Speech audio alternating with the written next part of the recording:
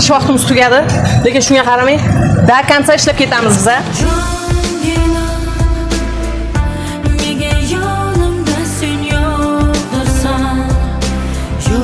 Muxlislarim o'z qo'lingizdan yeymiz deb kelishgan, pishirib mehmonlarga berib ketamiz. Yo'qotdim hayotda senaman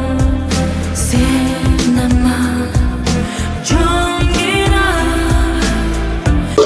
Buni nomi kotlet по-питерски, esingizdan chiqmasin. Buni nomi bo'lsa, говяжий рулет с грибами и сыром.